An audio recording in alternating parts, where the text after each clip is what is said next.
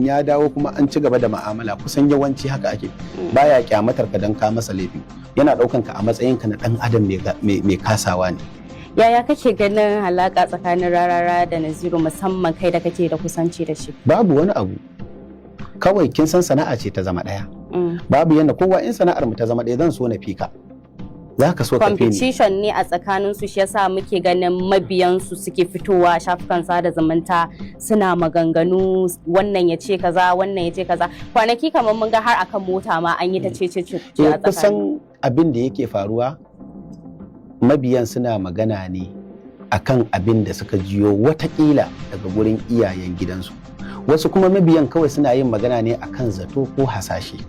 Amma ni dai kace suna magana akan abin da suka ji daga wajen iyayen gidansu, hakan yana nuna kama akwai tsama tsakanin su kenan. Ni ban taba sanin ta ba iya zaman da nayi da shi, domin ban taba jin wata kalma daga gare shi wacce take nuna cewa iya da wata matsala da Naziru ba. Amma kamar yanda Hausawa suke cewa ba rami babu abin da zai kawo rami. To ai daman shi in ma akwai ramin ba daga gurin sa ake tonawa ba.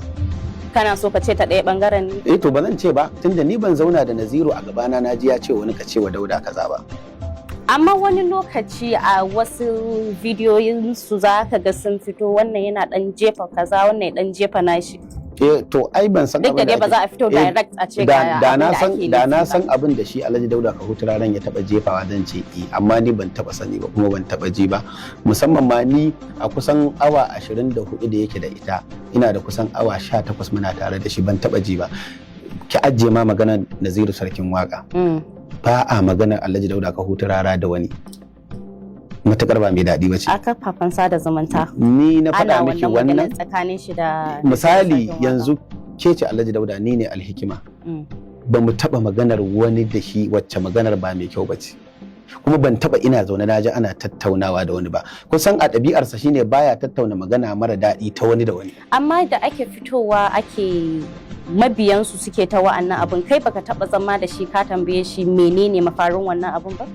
To ai ban taba ji ba kuma ban ga kofa ba. Shi kana gani ana yi a kafafen sada zumunta a matsayinka na wanda ka kira kanka dan uwan shi ciki daya, ya kamata a ce ka taba zama da shi kayi magana menene yake faruwa. Idan ka tambaye sa abin da bai shafe sa ba zai ma baka amsa ba a sanin da na masa.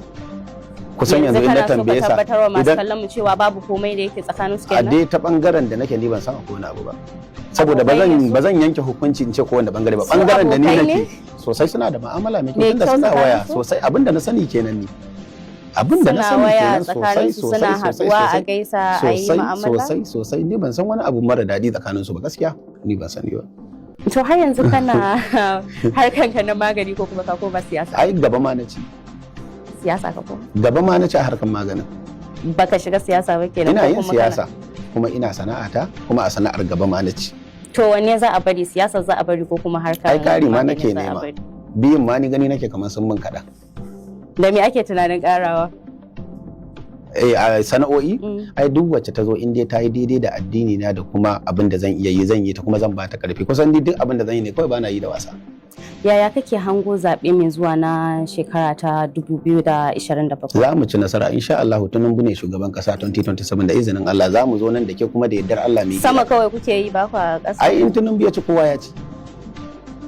To yanzu ke kina ganin akwai wata jam'iyya wai Kano ba APC ake yi ba. Za ku ci gaba da zaɓen? Ni wallahi ban san akwai wata jam'iyya ba cin APC ba kaf Najeriya.